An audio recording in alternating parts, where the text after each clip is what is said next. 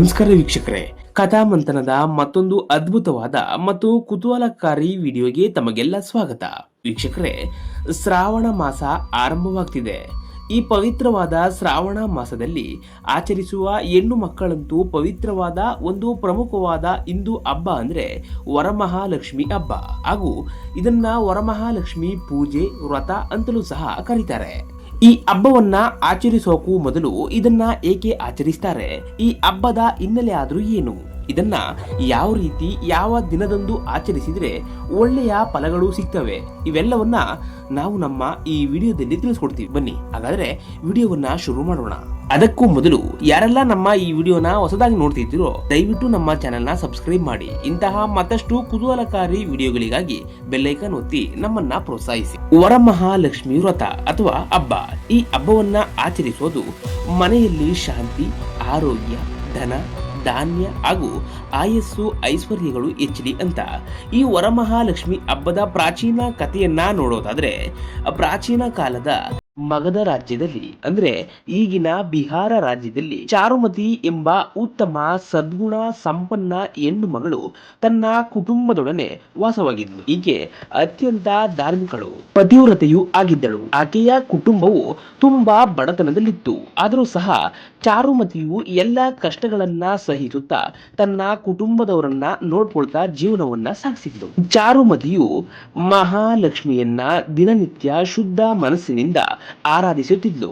ಹೀಗೆ ನಡೆಯುತ್ತಿರುವಾಗ ಒಂದಿನ ಚಾರುಮತಿಯು ಲಕ್ಷ್ಮಿ ಪೂಜೆಯನ್ನ ಮುಗಿಸಿ ಧ್ಯಾನದಲ್ಲಿರುವಾಗ ಅವಳಿಗೆ ದೇವಿ ಮಹಾಲಕ್ಷ್ಮಿಯು ಕನಸಿನಲ್ಲಿ ಬಂದು, ಚಾರುಮತಿ, ನಾನು ನಿನ್ನ ಇಷ್ಟದ ಆರಾಧ್ಯ ದೈವ ಮಹಾಲಕ್ಷ್ಮಿ. ನಿನ್ನ ನಿಷ್ಠೆ ಮತ್ತು ಭಕ್ತಿಯು ನನ್ನ ಮೆಚ್ಚುಗೆಗೆ ಪಾತ್ರವಾಗಿದೆ. ಆದರೂ ಸಹ ನಿನ್ನನ್ನ ಪರೀಕ್ಷಿಸಿ ನಿನ್ನ ಮೇಲೆ ಅನುಗ್ರಹ ನೀಡಬೇಕೆಂದು ಬಯಸುತ್ತಿದ್ದೇನೆ. ಈ ಶ್ರಾವಣ ಮಾಸದ ಶುಕ್ರವಾರದಂದು ವರಮಹಾಲಕ್ಷ್ಮಿ ವ್ರತ ಆಚರಿಸಿ. ನಿನ್ನ ಈ ವ್ರತದಿಂದ ನನಗೆ ಸಂತೃಪ್ತಿಯಾದ್ರೆ ನಾನು ನಿನಗೆ ವರಗಳನ್ನ ಕರುಣಿಸುತ್ತೇನೆ ಎಂದು ಹೇಳಿ ಮಾಯವಾಗ್ತಾರೆ. ಇದನ್ನ ಮಹಾಲಕ್ಷ್ಮಿಯ ಆದೇಶವೆಂದು ಅರಿತುಕೊಂಡ ಚಾರುಮತಿಯು ತಾನು ಬಡತನದ ಕಷ್ಟದಲ್ಲಿದ್ರೂ ಸಹ ತನ್ನ ಕೈಲಾದ ಮಟ್ಟಿಗೆ ವರಮಹಾಲಕ್ಷ್ಮಿ ವ್ರತವನ್ನ ಆಚರಿಸಬೇಕು ಅಂತ ಸಿದ್ಧತೆಯನ್ನ ಮಾಡ್ಕೊಳ್ತಾಳೆ.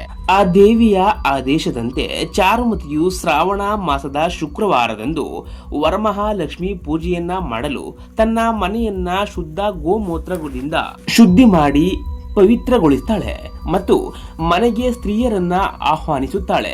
ಎಲ್ಲರೂ ಸೇರಿ ಕಳಸವನ್ನ ಪ್ರತಿಷ್ಠಾಪಿಸಿ ಅದಕ್ಕೆ ಒಡವೆ, ವಸ್ತ್ರ ಮತ್ತು ಹೂವಿನಿಂದ ಸಿಂಗರಿಸಿ ಅಲಂಕಾರ ಮಾಡಿ ಮನೆಯನ್ನ ತಳಿರು ತೋರಣಗಳಿಂದ ಅಲಂಕರಿಸಿ ಮಹಾಲಕ್ಷ್ಮಿಯ ಪ್ರತಿರೂಪವಾದ ಕಳಸವನ್ನ ಭಕ್ತಿಯಿಂದ ನಾನಾ ಸ್ತೋತ್ರಗಳಿಂದ ಶುದ್ಧ ಮನಸ್ಸಿನಿಂದ ಪೂಜಿಸ್ತಾಳೆ. ಇದೆಲ್ಲವನ್ನ ನೋಡಿ ಸಂತೃಪ್ತಳಾದ ಮಹಾಲಕ್ಷ್ಮಿಯು ಆ ಕಳಸದ ಮೂಲಕವೇ ಪ್ರತ್ಯಕ್ಷಳಾಗಿ ಚಾರುಮತಿಗೆ ನಾನಾ ವರಗಳನ್ನ ಅನುಗ್ರಹಿಸಿದಳು ಅಂತ ನಂಬಲಾಗುತ್ತೆ. ಅಂದಿನಿಂದ ಚಾರುಮತಿಯ ಈ ವ್ರತವನ್ನ ನೋಡಿದ ಕೆಲವು ಮಹಿಳೆಯರು ತಾವು ಕೂಡ ವರಮಹಾಲಕ್ಷ್ಮಿಯ ವ್ರತವನ್ನ ಆಚರಿಸಿ ಮಹಾಲಕ್ಷ್ಮಿಯ ಕೃಪೆಗೆ ಪಾತ್ರರಾಗ್ತಾರೆ. ಅಂದಿನಿಂದ ಇಂದಿನವರೆಗೂ ಈ ಮಹಾಲಕ್ಷ್ಮಿಯ ವ್ರತವು ಅಂದ್ರೆ ವರಮಹಾಲಕ್ಷ್ಮಿಯ ವ್ರತವು ಆಚರಣೆಯಾಗುತ್ತಾ ಬಂದಿದೆ. ವರಮಹಾಲಕ್ಷ್ಮಿಯ ವ್ರತವನ್ನ ಶ್ರಾವಣ ಮಾಸದ 2ನೇ ಶುಕ್ರವಾರದಂದು ಆಚರಿಸಲಾಗುತ್ತೆ.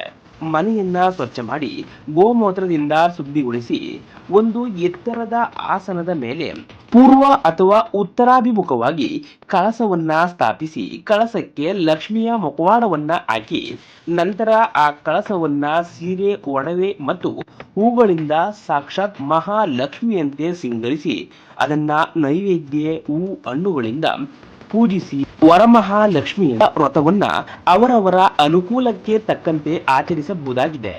ಈ ವ್ರತವನ್ನ ಆಚರಿಸೋದ್ರಿಂದ ಮನೆಯಲ್ಲಿ ಶಾಂತಿ, ನೆಮ್ಮದಿ, ಆರೋಗ್ಯ, ಆಯಸ್ಸು, ಧನ, ಧಾನ್ಯ, ವರಮಹಾಲಕ್ಷ್ಮಿಯ ಆಶೀರ್ವಾದದಿಂದ ಐಶ್ವರ್ಯಗಳು ವೃದ್ಧಿಯಾಗ್ತವೆ ಎಂದು ನಂಬಲಾಗುತ್ತೆ. ಇದಿಷ್ಟು ವರಮಹಾಲಕ್ಷ್ಮಿಯ ವ್ರತದ ಬಗ್ಗೆ ಆಗಿತ್ತು. ಈ ವಿಡಿಯೋ ಹೇಗಿತ್ತು ಅಂತ ಕಮೆಂಟ್ ಮಾಡಿ ತಿಳಿಸಿ ಹಾಗೂ ನಿಮ್ಮ ಸ್ನೇಹಿತರಿಗೂ ಶೇರ್ ಮಾಡಿ. ಮತ್ತೊಂದು ಇಂಟ್ರೆಸ್ಟಿಂಗ್ ವಿಡಿಯೋ ಜೊತೆ ಮತ್ತೆ ಸಿಗೋಣ. ನಮಸ್ಕಾರ.